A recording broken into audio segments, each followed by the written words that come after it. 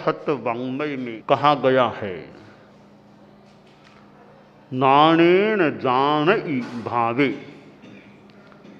दंशनेन उ सद्दहे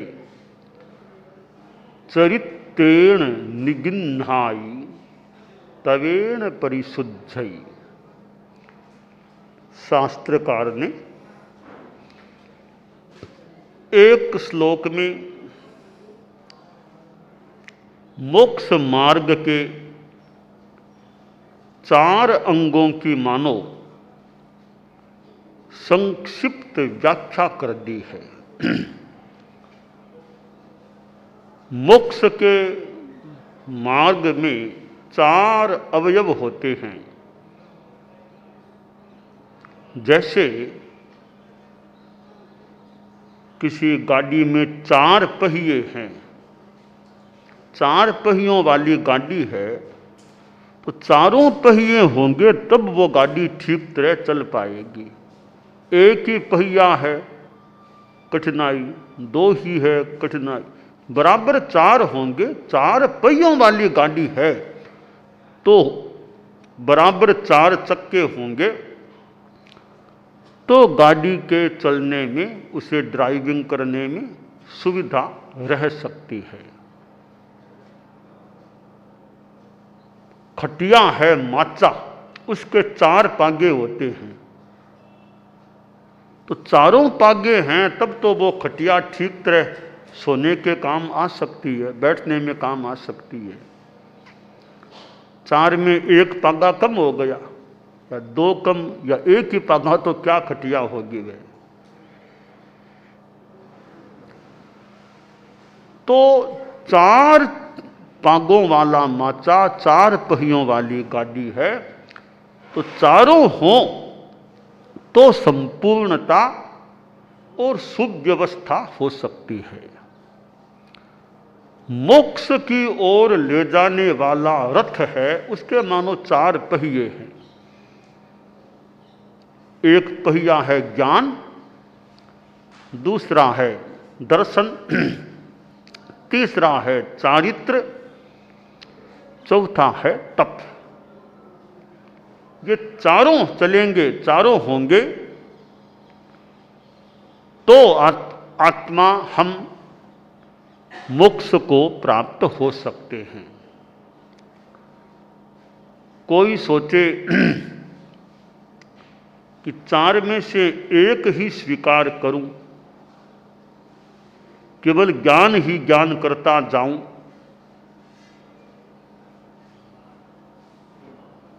तो समग्रता नहीं है। जान तो लूंगा पर करूंगा नहीं, तो समग्रता नहीं रही। जानन्ति केचिन न तु कर्तुमीशः, कर्तुम क्षमा नचते विदन्ति, जानन्ति तत्वम प्रभवन्ति कर्तुम, ते केपि लोके विरला भवन्ति। कई लोग सिद्धांत को, तत्व को जानते हैं, अहिंसा को जानते हैं, संयम को जानते हैं, तप को जानते हैं, पर उनका आचरण नहीं कर सकते, आचरण नहीं करते हैं। कई आचरण करने में सक्षम हैं, किंतु उनके पास ज्ञान नहीं है, तो बिना ज्ञान के आचरण करें कैसे, करें कैसे। दोनों में कमी है। एक में ज्ञान है पर क्रियान्विति, क्रिया, आचरण नहीं। एक में आचरण की क्षमता है परंतु ज्ञान नहीं है, दोनों अधूरे हैं। जैसे एक जंगल था, जंगल में दावानल, तो जंगल की आग लग गई, पशु भी भागने लगे, आसपास मनुष्य थे कई, वे भागने लगे। 2 आदमी थे जंगल में, एक अंधा था, दूसरा पंगु था। किसी तरह जंगल में पहुंच गए थे। दोनों को कोई वाहन में ले जाके वहां रख छोड़ दिया होगा। अब अंधे को लगा कि उष्मा लग रही है, लगता है आग लगी है, परंतु अब जाए किधर, दिखता नहीं है, किधर जाना। कहीं झाड़ियों में गिर जाए तो कहां जाए, कठिनाई है। आग दिखी नहीं, पर अनुमान लगा लिया कि आग लगी है, ऐसा उष्मा से लग रहा है। अब पंगु आदमी था, उसे दिख रहा है कि आग इधर से आ रही है, इधर जाना चाहिए, परंतु चलने में असमर्थ है, जा नहीं सकता। पंगु के पास ज्ञान तो है कि इस दिशा में जाना चाहिए, बचाव हो जाएगा, पर क्रिया नहीं कर सकता, चल नहीं सकता। अंधा चलने में समर्थ है, पर ज्ञान नहीं किधर जाना चाहिए।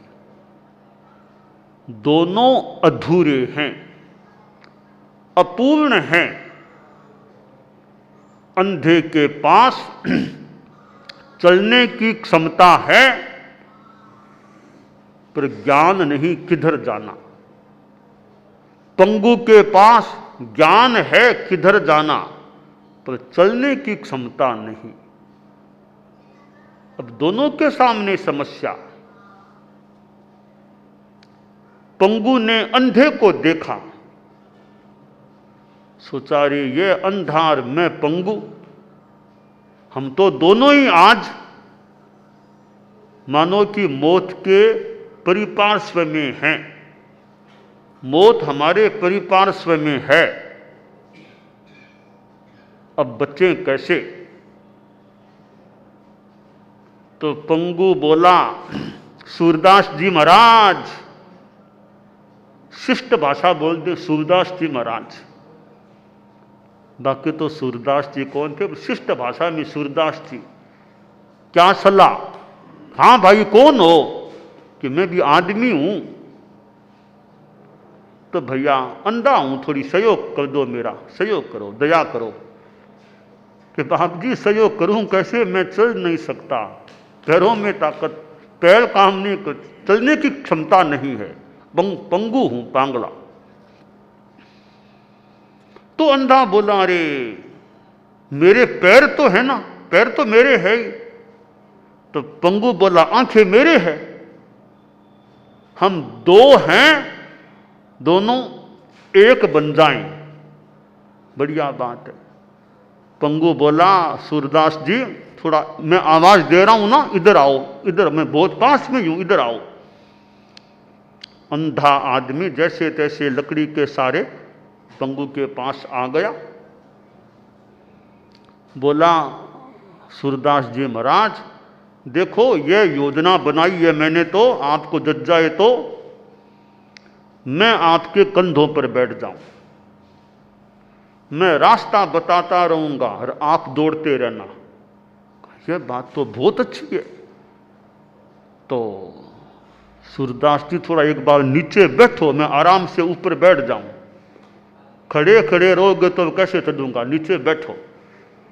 अंधा भाई नीचे बैठा, पंगु भाई उसके मगर मगर पकड़ के कंधों के ऊपर बैठ गया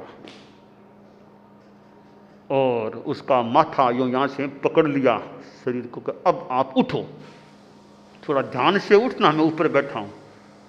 तो अंधा समझदार आदमी था, कई बार आंख भले न हो समझदारी हो सकती है, अंधे में भी अच्छी समझदारी हो सकती है, बात को समझ ले कैसे क्या करना। बड़ी सावधानी से अंधा उठा, कि सूरदास जी अब किधर जाना यह बताना तो मेरा काम, मैं बताऊं वैसे दौड़ना, उधर दौड़ना चलना आपका काम। बिल्कुल सही बात है। अब पंगु बताता रहा, इधर मुड़ो, इधर चलते रहो, हाँ, अब इधर मुड़ जाओ, यूं बताता रहा, अंधा दौड़ता रहा। दोनों ने जंगल पार कर दिया, दोनों में समन्वय हो गया, एक दूसरे के पूरक बन गए, दोनों की जान बच गई। हम समाज में, समूह में एक दूसरे के पूरक बने।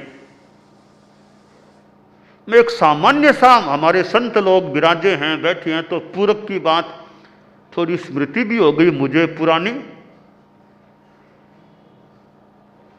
व्याख्यान देना है, मान लो हमारे मुनि श्री उदित कुमार जी स्वामी विराजे हैं, इधर कमल कुमार जी स्वामी विराजे हैं, हमारे मुनि दिनेश जी तो कार्यक्रम के व्यवस्थापक संयोजक हैं, तीनों ही अगवानी संत हैं, तीनों ही अगवानी है, तीनों ही मानो व्याख्यान भाषण आदि करने वाले हैं।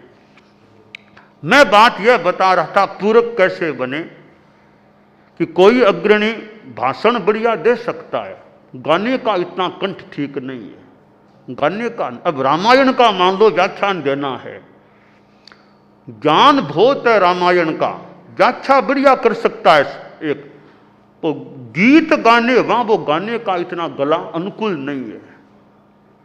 तो कोई ऐसा साधु पास में हो जो गाने में माहिर है, वो गाता रहे, अगवानी व्याख्या करता रहे, तो व्याख्यान की पूरकता हो गई।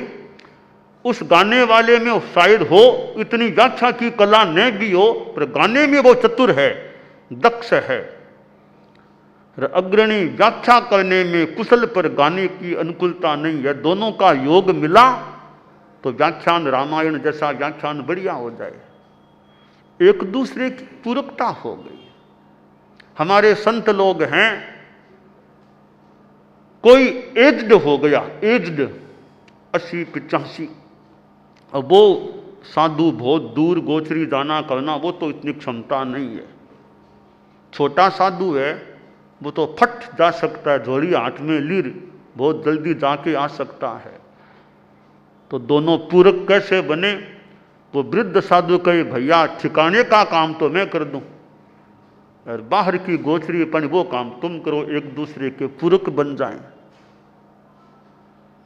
तो यों जीवन में, समूह में एक दूसरे के पूरक बन जाएं तो कार्य अच्छी तरह दोनों की सुविधा हो जाती है, कार्य सम्यक्तया सुचारुतया परिसंपन्न हो सकता है। ज्ञान और क्रिया में भी पूरकता हो जाए, ज्ञान कहे कि मैं बताता रहूं, क्रिया कहे मैं कार्य करते रहूं, दोनों मिल जाएं तो निष्पत्ति, लक्ष्य प्राप्ति हो सकती है। शास्त्रकार ने कहा कि 4 अंग हैं, इन चारों की जो बात बताई है, ज्ञान भी चाहिए,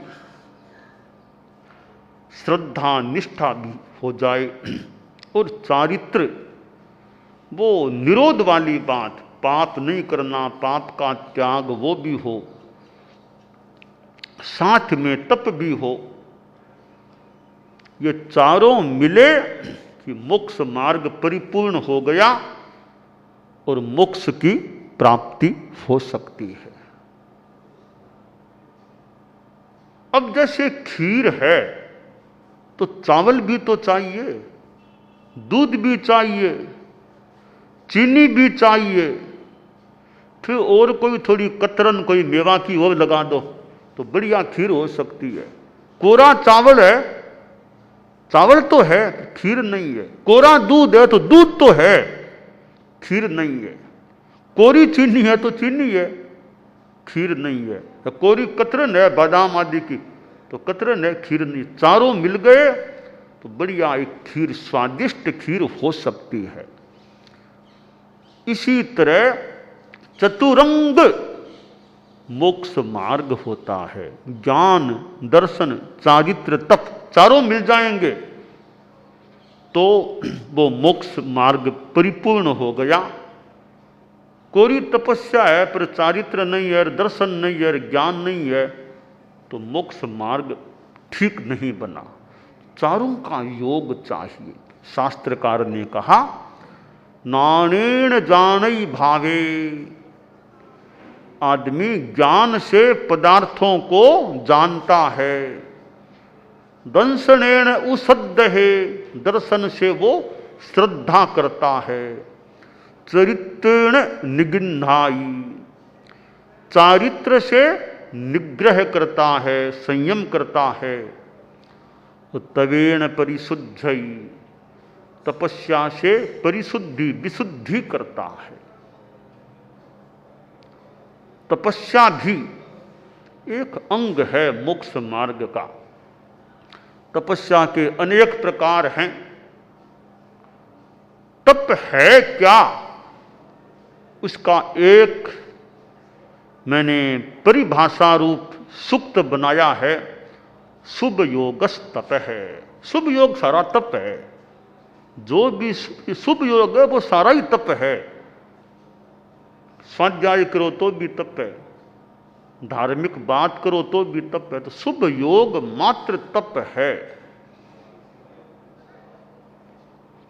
उपवास आदि तपस्या भी की जाती है। हमारे उग्र बिहारी तपोमूर्ति मुनि श्री कमल कुमार जी स्वामी तो उपवास क्या, एकांतर रूप में वर्षी तप, लंबे काल से वर्षी तप। और भी हमारे अनेक चारित्रात्माएं अपने अपने ढंग से उपवास आदि आदि तपस्याएं करते हैं। तो यह तपस्या है। कोई मांस खमन भी करते हैं, और भी ज्यादा हमारे धर्म संघ में करने वाले हैं। तपस्या है, बहुत बढ़िया चीज है। तपस्या में मूलतः तो हमारा कर्म पतला पड़ना चाहिए। एक श्लोक आता है, इंद्रियाणि कसा एय गार्वेय किसी कुरु नो वयम ते प्रशंसामो किसम साहु शरीरगम। यानी तुम शरीर को पतला, तुम्हारा शरीर पतला हो गया, पतला है, वो मुख्य बात नहीं है। शरीर मोटा है या पतला मुख्य बात नहीं है। पतला किसे करो, इंद्रियों को पतला, यानी वो इंद्रियों के राग द्वेष को वो पतला करो। कसा ये चार कसाय, गुस्सा, अहंकार, माया, लोभ, इनको पतला करो। गौरव, रिद्धि गौरव, रिद्धि गौरव, साता गौरव, ये तीन गौरव हैं। रस गौरव, इनको पतला करो। हे साधु, साधु के शरीर को पतला कोई कर भी ले साधु, हम उसकी प्रशंसा नहीं करते। हम तुम्हारे कसाय कितने पतले हैं यह देखना चाहते। हाँ, तपस्या से भी तुम कसायों को पतला करो, वो लक्ष्य बनाओ, तो तुम्हारी तपस्या ज्यादा सार्थक है। तपस्या करना अच्छी बात है ही सामान्यतया, पर कसाय को पतला करने में तपस्या सहायक बन जाए वो खास बात हो जाती है। तो तपस्या करने वाले, या उपवास आदि तपस्या भी है, वो भी देखिए। अब अठाई करना, मांस खमन करना सबके बस की बात नहीं भी हो, पर साधु ऐसी तपस्या कर सकता है। मान लो प्रायः रोज खाना तो खाता है, पर आभ्यंतर तप ऐसा है कि भले वो रोज खाना खाता है, पर कर्म शरीर को बहुत पतला कर सकता है। परम पूज्य आचार्य तुलसी, परम पूज्य आचार्य महाप्रज्ञ जी ने कोई मांस खमन तो नहीं किया था, अठाई भी संभवतः नहीं की थी। यह तपस्या यूं ज्यादा नहीं की, परंतु वे अपने ढंग से ज्ञान के संदर्भ में, संघ की सेवा के संदर्भ में, जो कार्य करते थे वो सबके बस की बात ही नहीं है। उपवास बेला तेला चोला मान लो कोई कर ले, पर आचार्य तुलसी आचार्य महाप्रज्ञ जी जो काम करते थे वो हर किसी साधु के बस की बात भी नहीं है।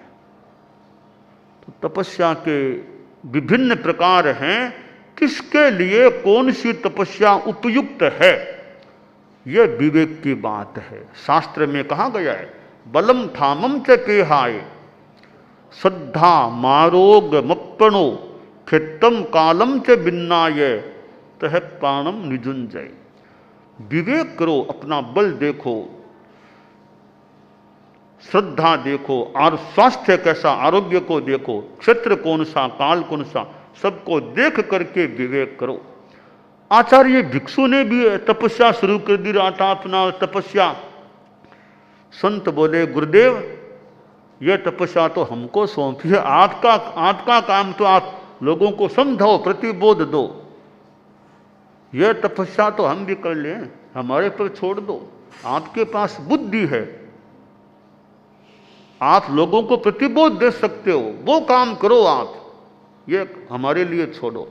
तो आचार्य भिक्षु इसी तपस्या में रह जाते तो लोगों को, यानी जो तत्व बात बताते वो फिर कौन बता पाता।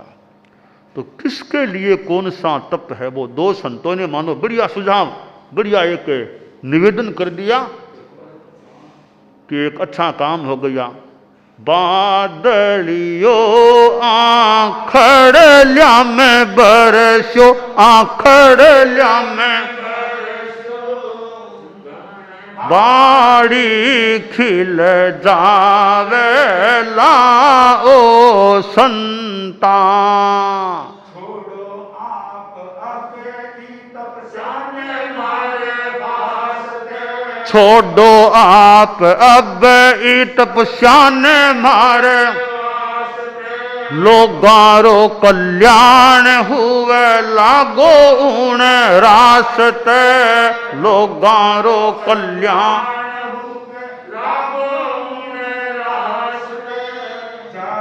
श्री जागृति आवे लाओ संता, जबरी जागृति आवेला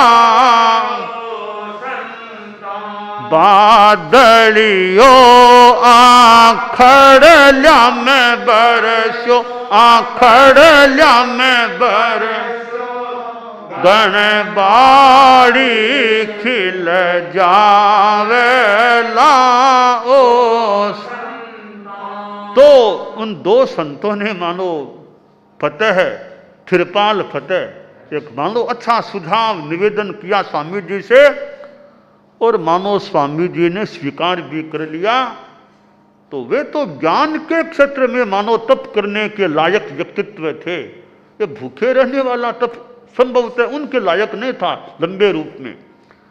तो कौन आदमी कौन सा तप करे, यह शास्त्रकार ने विवेक की बात भी बता दी कि विवेक करो, क्षेत्र कौन सा, काल कौन सा, आरोग्य कैसा, विवेक करके तपस्या करो। तो हम ज्ञान दर्शन चारित्र और तप इस चतुष्टय की आराधना करते हुए मोक्ष की दिशा में आगे बढ़ते रहें जब तक मोक्ष न मिल जाए, यह काम्य है।